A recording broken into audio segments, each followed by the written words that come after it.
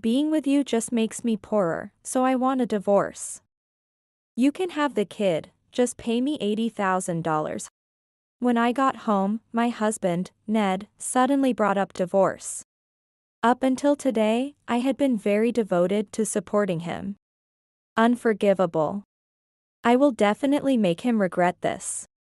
Without showing my feelings, I coldly responded to him. Fine. My casual response must have shaken Ned. But it's too late. From now on, you're going to see hell. My name is Sandra Irving. I'm a 25-year-old front desk clerk at a hotel. Last year, I married Ned, my boss at the time. I became pregnant at the beginning of this year and left the company. The workplace I left was warm and comfortable to the very end, celebrated by everyone. Since then, I have been a full-time housewife, working hard on housework and childcare. Our newborn son cries a lot at night and doesn't drink well. Despite the chaos of having a child for the first time, Ned had been devotedly supportive. However, Ned suddenly changed one day. He used to be proactive with household chores and took care of the child. But his recent behavior has been strange. I've got a work dinner tonight, so I won't need dinner. That's a lot, huh? I understand for a sales job, but it's tough when it's you all the time. You gotta do what you gotta do. I'm off.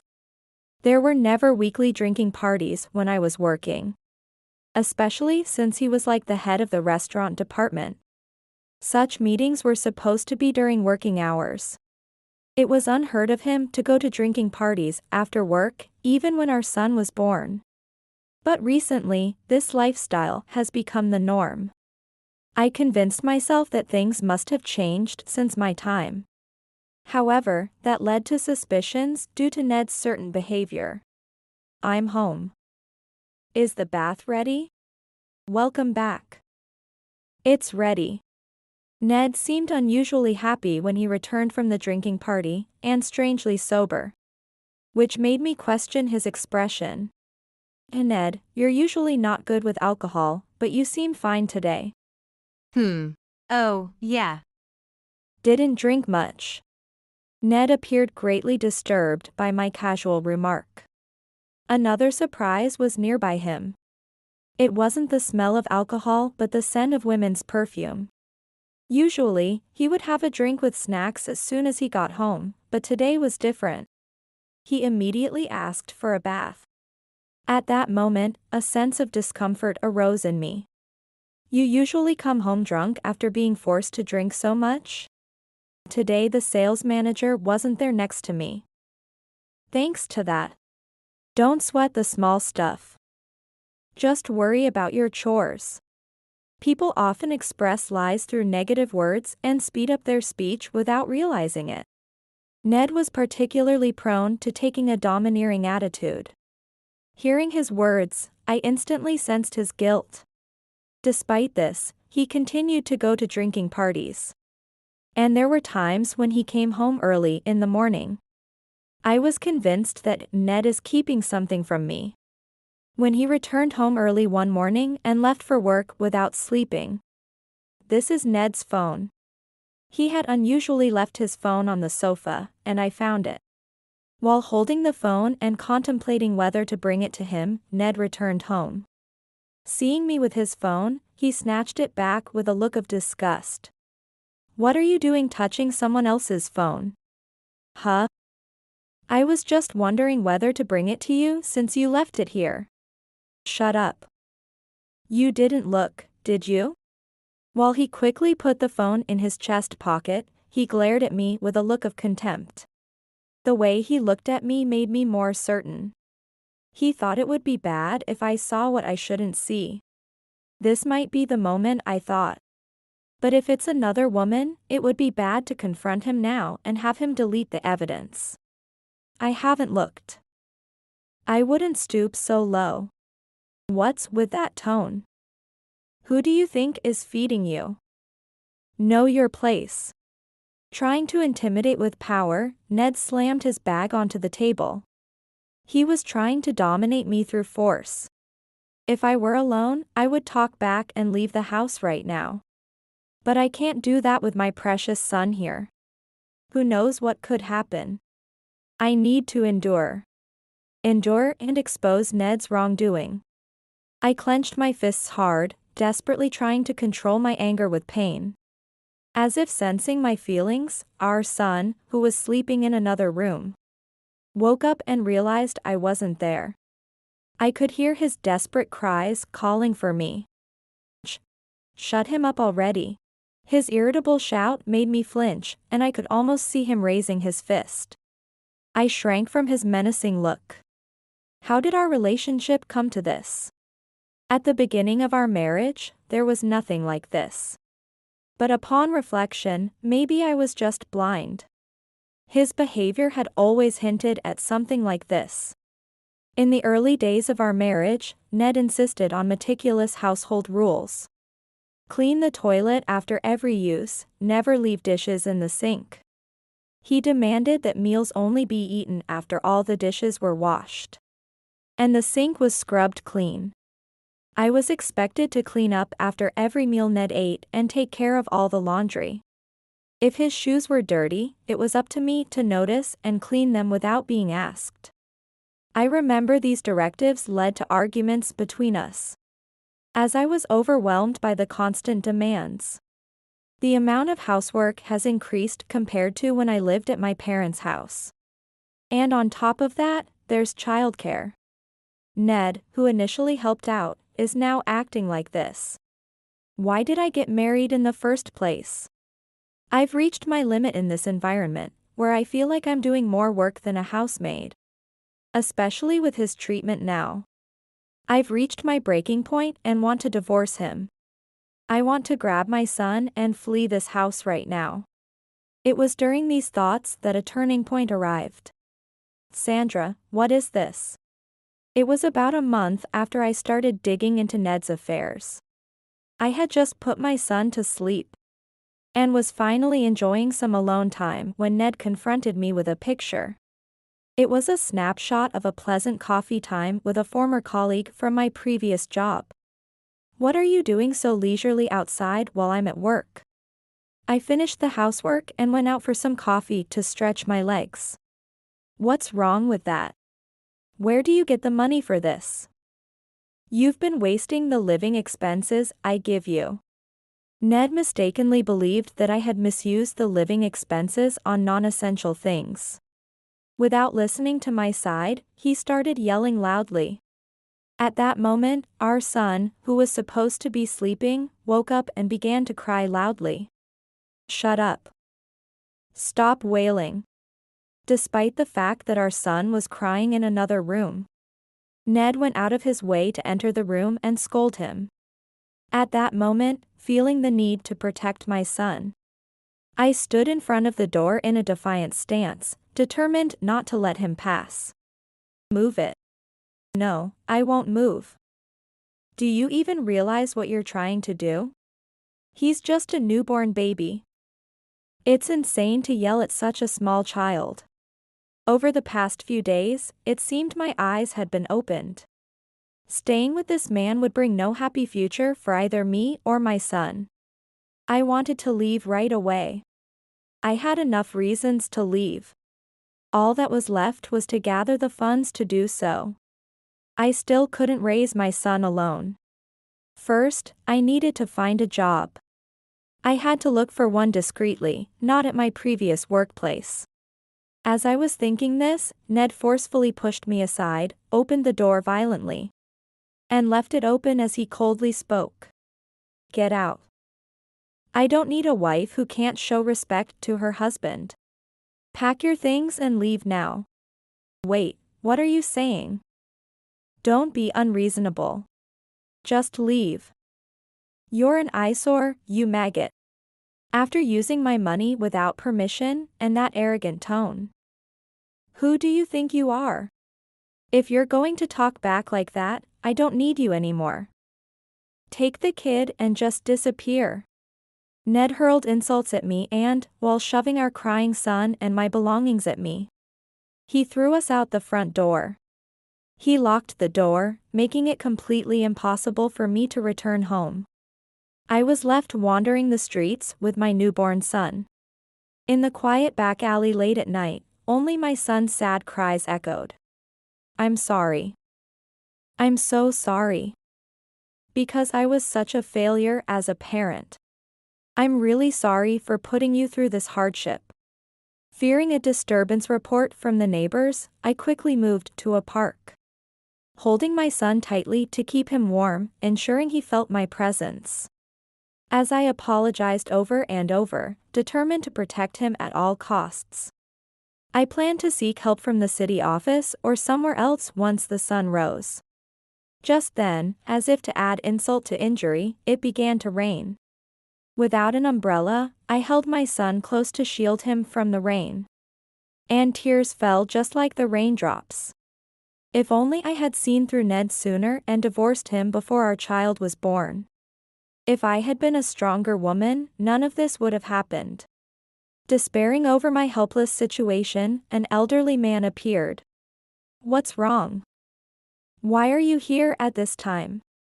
Despite it being past 3 a.m., a well-dressed elderly man offered his umbrella to shelter me and my son. What happened to bring you and such a small child out here? The man, likely living in the grand house across the park, had heard the continuous crying of my son and came to check on us. Although it was suspicious to be approached by someone at such an hour, for some reason, I felt a sense of nostalgia towards the elderly man. As I shared the recent distressing events, he didn't say a word but covered my head with his towel and gently dried my hair. Come to my house. I have female servants who can help care for the baby. It's too cruel to spend the night here. Moved by his kind tone and compassion, my tears flowed endlessly. Accepting his invitation, I followed him with my sobbing son into his home, where a shocking truth would soon be revealed. Leave the rest to me. Nodding at his words, I decided to rest for the time being. His servants were kind and gladly took care of my son. Thanks to them, I was able to sleep soundly for the first time in a long while, waking up only in the afternoon. A female servant noticed my awakening and mentioned that my phone had been ringing a lot. She had refrained from waking me, considering my deep sleep. Grateful for their kindness, I checked the missed calls, unsurprisingly all from Ned. Likely, he couldn't prepare breakfast without me and was demanding I return immediately. His calls were typical of a hopeless husband, making me regret ever seeing anything good in him. Though I didn't want to return, ignoring him could lead to trouble with the police. Deciding to speak with Ned, I took my son and headed home once more. Thus began the fierce battle between me and Ned. You. Where have you been wandering around until now? Not preparing breakfast, leaving the house a mess. After such a stupid argument yesterday. You stubbornly didn't come home all night. I nearly snapped back, but I suppressed the urge to retaliate. How am I supposed to enter when the door is locked? And how would I know about the lack of breakfast? If you regret not being able to prepare it yourself, you shouldn't have driven me away. You're the smart one, aren't you? He always belittled me. A smart person like Ned would have avoided such a situation altogether. But in the end, he was the one in trouble. He should realize it's all his own doing. With that in mind, I goaded him by throwing his words back at him, and I saw his temples twitch. I've had it. I can't do this anymore. His anger must have reached its peak. I don't know when he prepared it. But Ned pulled a piece of paper from his room and slammed it on the living room table. We're getting a divorce. I never want to see your face again. There, on the table, lay the divorce papers with Ned's name on them. He must have thought I would panic upon seeing it. His face, expecting an apology, revealed his inner thoughts. But I wasn't going to play into his hands. I grabbed a pen from a nearby shelf and signed without hesitation. Understood. You're unusually compliant. With no job and no parents, you have nowhere to go. What are you going to do now? Despite his outward bravado, I could see the cold sweat on his forehead. The twitching corners of his mouth, and the look on his face said it all. Such a foolish man. While inwardly despising him, I quickly gathered my remaining belongings. Silent, huh? Well, fine. This feels refreshing. As I ignored his words and packed, Ned, seemingly carefree, delivered the final blow. Being with you just makes me poorer, so I want a divorce.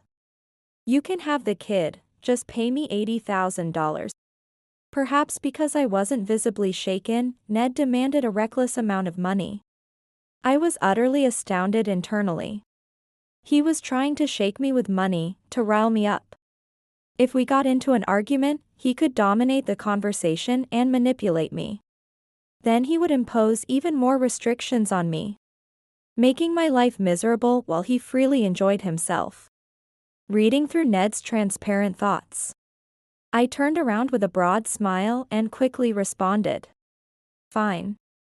Hearing this, Ned visibly faltered and panicked. Do you understand? $80,000. $80,000. There's no way you can come up with that kind of money. Is that all you want to say? I'll transfer it by the end of the month. You handle the rest. Bye. And so, our divorce was finalized. As Ned instructed, I transferred a large sum of $80,000 to his account. I was aware of his affair and had gathered evidence. But I chose not to demand compensation from him. Because from now on, I plan to show him a hell that money can't redeem. 2 weeks later. When I woke up in the morning, my phone was bombarded with calls from Ned. It was finally happening. Ned would surely call again. Sure enough, he called. I didn't answer the first time, and on the second call, I hung up shortly after picking up. On the third call, I finally answered, and Ned, his voice raised and speaking rapidly, blurted out. You. What do you think you're doing? Are you messing with me? If I had answered on the first call, I could have kept the conversation calm and controlled. My actions on the second call were meant to frustrate him. Maintaining his irritation was essential. If he remained rational, my plan would be jeopardized. I needed to provoke his short temper and make him lose his cool. And on the third call, I deliberately chose not to start speaking. To keep the upper hand, I needed to keep him agitated. You're always so loud. I can adjust the volume on my phone, so there's no need to yell. What do you want? I'm quite busy, you know. While saying this, I elegantly sipped my coffee and flipped through a magazine. Busy was a lie. I was enjoying a leisurely day off with my son. Making it seem like I was too engaged in real life to bother with him was merely part of my rhetoric. What have you done? What are you talking about? I haven't done anything. Such a lie. In truth, I had taken everything from Ned. His wife, his job, his money, his family. I had stripped him of everything. That's a lie. Only you could have done such a thing. Give me back everything. You liar. Ned was crying bitterly over the phone. His pained cries almost amusing to me, and I laughed to myself. Why don't you try explaining what I did? I seem to have a bad memory these days. I can't remember a thing. Unlike him, destined for hell, I continued to enjoy my magazine and coffee time. He spoke to me in a fading voice, revealing shocking news. Immediately after our divorce, Ned remarried his current wife. Of course, I knew she had been his affair partner while he was married to me. It also turned out she was the daughter of a president of a client company. Apparently, Ned had concealed the fact that he was married. And on the day he proposed divorce, it was revealed that she was pregnant. Ned hurriedly divorced me and remarried her. because she was connected to the largest contract among his clients. Thus, in a rush, Ned pushed for the divorce. His plan to divorce me succeeded, but that was just the beginning of his tragedy. First, he was kicked out of his house by his wife today. And she demanded a divorce because she found out about his previous marriage. Upon learning that I also have a child, she became furious. As she demanded compensation and announced the divorce, Ned panicked and lashed out at her. His rage was so severe that even his parents tried to intervene. He caused both mental and physical distress to his wife, leading her to report the situation at his workplace. The hotel he worked at decided they couldn't contract with someone like him and fired him. It was as if they clearly chose their business partners over him, and in one day, he lost both his wife and his job. Additionally, he had to use the entire $80,000 he received from me to pay for compensation and damages to the company, leaving him penniless. The damages to the company were so great that even $80,000 was not enough, and he had to use up all his savings. How did she know about my previous marriage? The only one who would do something like that is you. You stole my happiness. Ned screamed in frustration. I closed the magazine I was reading and decided to face him directly. His utter lack of remorse infuriated me. I had intended to just listen to him and hang up. But his continued refusal to reflect on his misdeeds was unbearable. I couldn't stand it. Stole your happiness? It's just karma. You cheated while you were with me, you were abusive to your wife leading to your divorce. And you got fired from your job, all because of your own actions. What did you say? You are nothing, and you dare to preach to me like that? You must be living a busy life because you can't support a kid on your own. This is the punishment for dumping me. He must have mistaken that I was working from morning to night. Holding up the magazine in front of me, I scorned him inwardly while politely delivering a sarcastic remark. I was busy reading a beauty magazine until just now, but I've finished. Now I'm thinking about having my second cup of coffee and maybe doing some knitting. What? How is that busy? Are you mocking me? Even over the phone, I could imagine him turning red and steaming like an octopus. My cheerful laughter probably irritated him even more. His shouting didn't stop. But even that was pleasant to me. I had been unable to say anything to him before, but now I was easily manipulating him. The unreachable environment where he could only shout was frustrating for him. And he demanded to see me immediately. Where are you? A phone call isn't enough. I'm coming over to your house right now. Sandra Irving, you're welcome to come, but you'll be turned away. I'll let the servants know that you're an outsider and absolutely not allowed in. Servants? Yes. I'm currently living in a mansion with my father. I switched to a video call to show him the surprising scene. Chairman. Displayed on the screen was the elderly man who had helped me. And he was the chairman of his workplace. He was my father. Hello, Ned. Nice to meet you, perhaps? I'm Sandra's father. What? Huh? Father? How come? Chairman, I don't understand at all.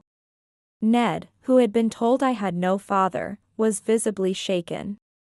Even though I couldn't see his face, I could imagine his bewildered expression. Actually, I was divorced from Sandra's mother when she was pregnant with her. My parents had a romance despite their different social statuses. My father was the heir to a financial conglomerate, and my mother was a commoner. The child of a salaryman and an office lady. Grandmother disapproved of their marriage. And the entire family opposed it so vehemently that my father was disowned and lost all support. Seeing this, my mother broke up with him. and gave birth to me in a state where only recognition from the father was allowed. To avoid tarnishing the family name, they did not marry. But he recognized the child and sent child support every month. Unfortunately, mother passed away quite some time ago. I always wanted to meet Sandra and her family, but she was taught that I didn't exist in this world. It would have been too cruel to tell such a young child about her father's situation. Last year, my mother passed away. She asked my father to look after me, and it seems he cared for me from afar. I knew about your marriage because I was at the company. But that day, I was really surprised to see Sandra soaking wet in front of the house. You were being taken care of by the chairman that day? Yes. My father helped us when we were drenched. As I glared at him with a stern look, my father gently put his arm around my back and supported me. You said I had no economic power, didn't you? Unfortunately for you. I have inherited my father's company, and now my total assets are $13 million. I'm not petty enough to fuss over $80,000. That was all. The reason I wasn't shaken by the large sum of $80,000 that day was because my father had proposed this plan when he rescued us. That woman in the photo is the daughter of someone I know. I'll explain the situation to her partner, and they will divorce him soon. They are intelligent people, I think they will understand. Don't worry about any financial issues, I'll take care of everything. Sandra, you should prioritize yourself and your child. You are a precious keepsake from your mother. I won't let you be unhappy. Be at ease. With these words from my father, I easily agreed to the divorce. The amount demanded was transferred without hesitation. So, all this time, you were innocently manipulated by us. Have you finally understood, you fool? It's laughable that you think you're so smart. I snorted in derision, and he didn't respond, seemingly crestfallen. It was over. I truly felt it was hopeless, and there was nothing else to do but to back down. Thus, our fierce dispute came to an end. Ned never interfered with us again. Years later, my son became an elementary school student. Surrounded by my father and son, I led a fulfilling life, both professionally and personally. The servants were kind to us, and I finally felt I had captured the warmth of a family.